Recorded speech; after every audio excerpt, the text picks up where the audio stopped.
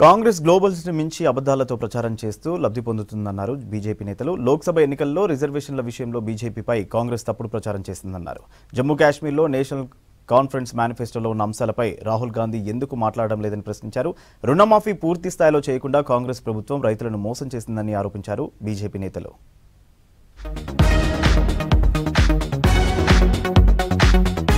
National conference మేనిఫెస్టోలో ఉన్న అంశాలపై కాంగ్రెస్ ఆలోచన ఏంటో చెప్పాలన్నారు కేంద్ర మంత్రి కిషన్ రెడ్డి. అంబేద్కర్ రాసిన రాజ్యాంగాన్ని మారుస్తామన్న నేషనల్ కాన్ఫరెన్స్ ని రాహుల్ సమర్థిస్తారా అని ప్రశ్నించారు.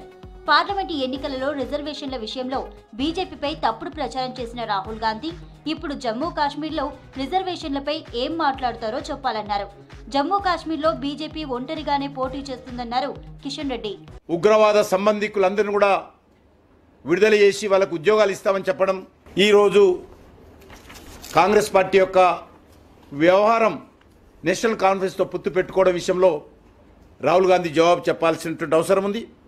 మేమేదైతే రిజర్వేషన్స్ అమలు చేస్తూ ఉన్నామో దళితులకు, గిరిజనులకు, బీసీలకు, మహిళలకు ఈ రిజర్వేషన్స్ అన్నీ కూడా ఈరోజు నేషనల్ కాన్ఫరెన్స్తో కలిసి కాంగ్రెస్ పార్టీ రద్దు చేయడం కోసం ప్రయత్నం చేస్తూ ఉంది.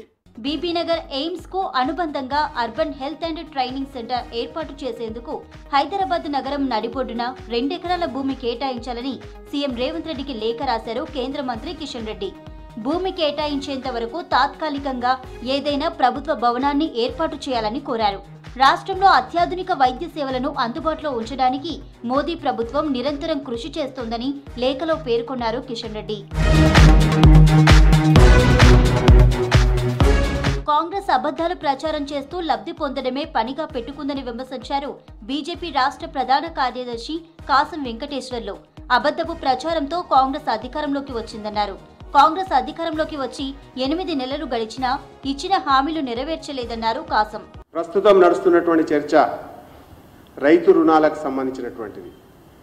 రుణమాఫీ 2 లక్షలకు పైన రుణములు మొత్తం కూడా 2 లక్షల పైన 2 లక్షల వరకు ఉన్నటువంటి రుణాలన్నీ మాఫీ చేస్తాం, మళ్ళీ కూడా పోయి తెచ్చుకోండి అని చెప్పేసి ఎన్నికల ప్రచారంలో చెప్పినటువంటి పిసిసి రేవంత్ రెడ్డి ఇవాళ 79,000 కోట్ల రూపాయలు అయ్యే బడ్జెట్కు రైతు రుణాలకు 17,900 కోట్ల రూపాయలను ఇచ్చేసి మొత్తం కూడా చేతులు దులుపుకునేటువంటి ప్రయత్నం చేస్తూ ఉండరు.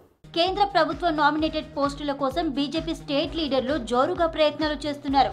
క్షేత్రస్థాయిలో పార్టీ అభివృద్ధి కోసం ఏళ్ల తరబడి కృషి చేస్తున్న నేతలు పదవులు లాబియింగ్ చేస్తున్నారు. కేంద్ర మంత్రులు కిషన్ రెడ్డి, బండి సంజయ్ ని కలుస్తున్న నేతలు పార్టీకి చేసిన సేవలను గుర్తు చేస్తున్నారు. మహిళా కమిషన్, ఎస్సీ, ఎస్టీ, బీసీ కమిషన్లతో పాటు మైనార్టీ కమిషన్లో పదవులకు లాబియింగ్ చేస్తున్నారు.